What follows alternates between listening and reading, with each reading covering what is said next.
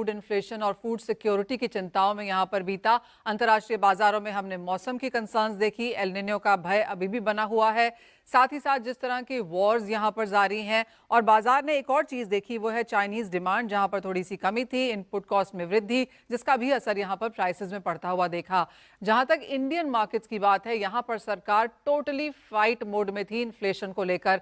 हमने काफी हद तक एक्सपोर्ट बैन्स आते हुए देखे, फिर वो गेहूं था, चावल, चीनी या प्याज, और साथ ही साथ जो 7 एग्रीकल्चर कमोडिटीज हैं उनकी फ्यूचर डेरिवेटिव पे भी यहां पर हमने 2024 दिसंबर तक ब्लैंकेट बैन आता हुआ देखा।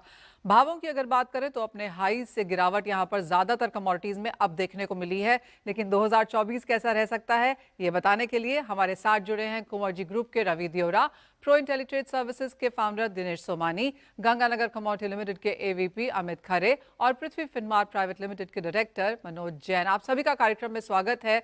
एग्रीकल्चर एक और काफी इंपॉर्टेंट मुद्दा रहेगा 2024 में, स्पेशली जब हम इलेक्शन वाले साल में यहां पर जा रहे हैं।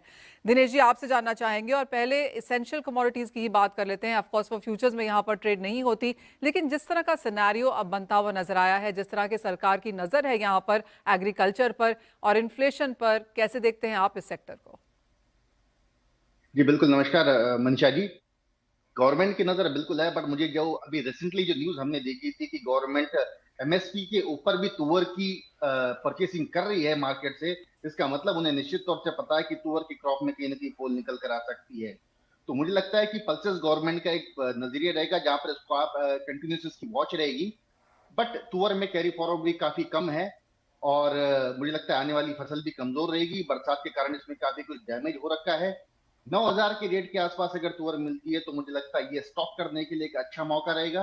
ऊपर में मुझे लगता है कि दोबारा ये 12,000 का लेवल देख सकता है। साथ ही साथ चना, मुझे लगता है कि 5800 के आसपास अगर चना रहता तो चना भी एक बार बाइंग का लेवल बन सकता है।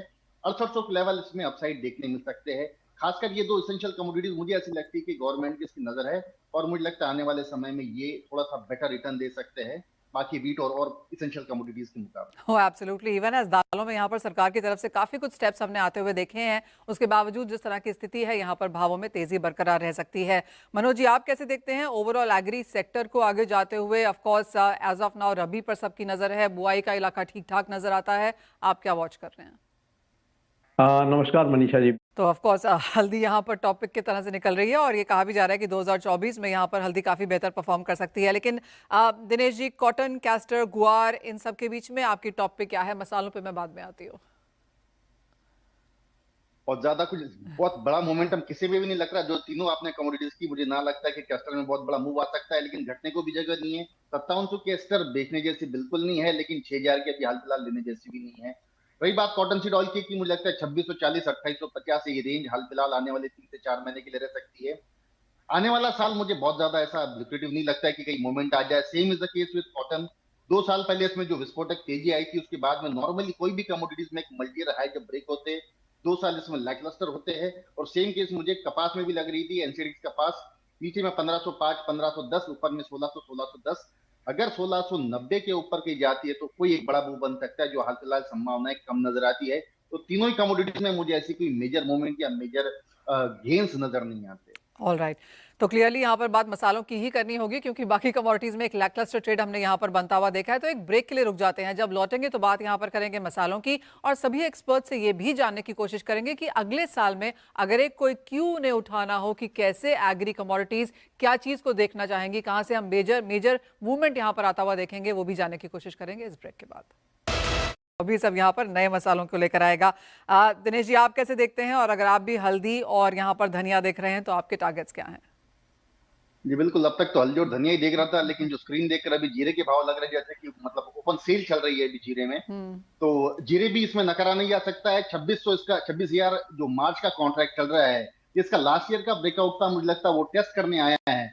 26,000 में मुझे लगता है जीरा अभी भी निवेश किया जा सकता है। 34,000 मार्च का कॉन्ट्रैक्ट आपको दिखा सकता है, तो मतलब 40% गेन यहाँ पर भी संभव है। टर्मरिक मुझे लगता है कि 13,500 13,600 एक बढ़िया लेवल है, अच्छा मौका है खरीदारी करने का। आने वाले समय में ये मुझे हॉट काउंटर लगता है। ये 20,000 के लेवल्स भी क्रॉस कर सकता है, और नीचे मुझे लगता है कि 11,000 के अंदर ये क्लोज नहीं करेगा। मतलब रिस्क टू रिवॉर्ड 1:5 है, फेवरेबल है। ये ट्रेड ज्यादा सकारात्मक तरीके से किया जा सकता है। और रही बात धनिया की, तो मुझे लगता है कि 7200 का एक ट्रेंड लाइन सपोर्ट बहुत बढ़िया लेवल है। 7200 का धनिया लेने वाले को आने वाले समय में 8800 और 10,200 के लेवल्स देखने मिल सकते हैं। 6500 का एक बेस बना रखा है, 6500 के नीचे क्लोज नहीं करने का लगता है। ऑल राइट, तो अब तक जो बात हुई है उससे ये मालूम पड़ रहा है कि दालों में यहाँ पर तेजी जारी रह सकती है। मसालों में जीरा डिस्काउंट पे है, शायद फिर से खरीदने के मौके मिलेंगे, लेकिन धनिया और हल्दी डेफिनेटली यहाँ पर बाय है। और सेकंड हाफ ऑफ 2024 में आपको ज्यादा एक्शन, बेहतर वॉल्यूम और बेहतर प्राइस मूव्स भी शायद देखने को मिलेंगी। लेकिन अब मेरा दूसरा सवाल इस सेगमेंट के लिए, और दिनेश जी वो क्लियरली इस बात पर है कि 2024 में अब देखना क्या है आगे जाकर। इलेक्शन का साल है, मौसम को लेकर चिंताएं हैं, काफी सारे सरकार ने मेजर्स ऑलरेडी लेके यहाँ पर रखे हुए हैं। तो जब आप एक एग्री सेक्टर को अप्रोच करते हैं तो कैसे करेंगे, और क्या एक चीज आप यहाँ पर टॉप ऑफ माइंड देखेंगे? जी बिल्कुल मनीषा जी, मेरा एक हमेशा मानना रहता है कि जब भी कोई बहुत ज्यादा मतलब दिक्कतें जहां पर बहुत ज्यादा आती है वहां पर अपॉर्चुनिटी ढूंढनी चाहिए। और मुझे लगता है एग्री सेक्टर ये उसी के लिए भी है। यहाँ पर बहुत ज्यादा परेशानियां हैं, बहुत ज्यादा दिक्कतें हैं, प्राइस वोलेटिलिटी बहुत ज्यादा है, वॉल्यूम कम है, गवर्नमेंट की निरंतर इस पर नजर है। मुझे लगता है कि ये साल जो है पिछले साल से काफी बेहतर रहेगा और यहाँ पर बढ़िया बढ़िया अपॉर्चुनिटीज मिलेगी। तो आने वाला साल मिलेगी।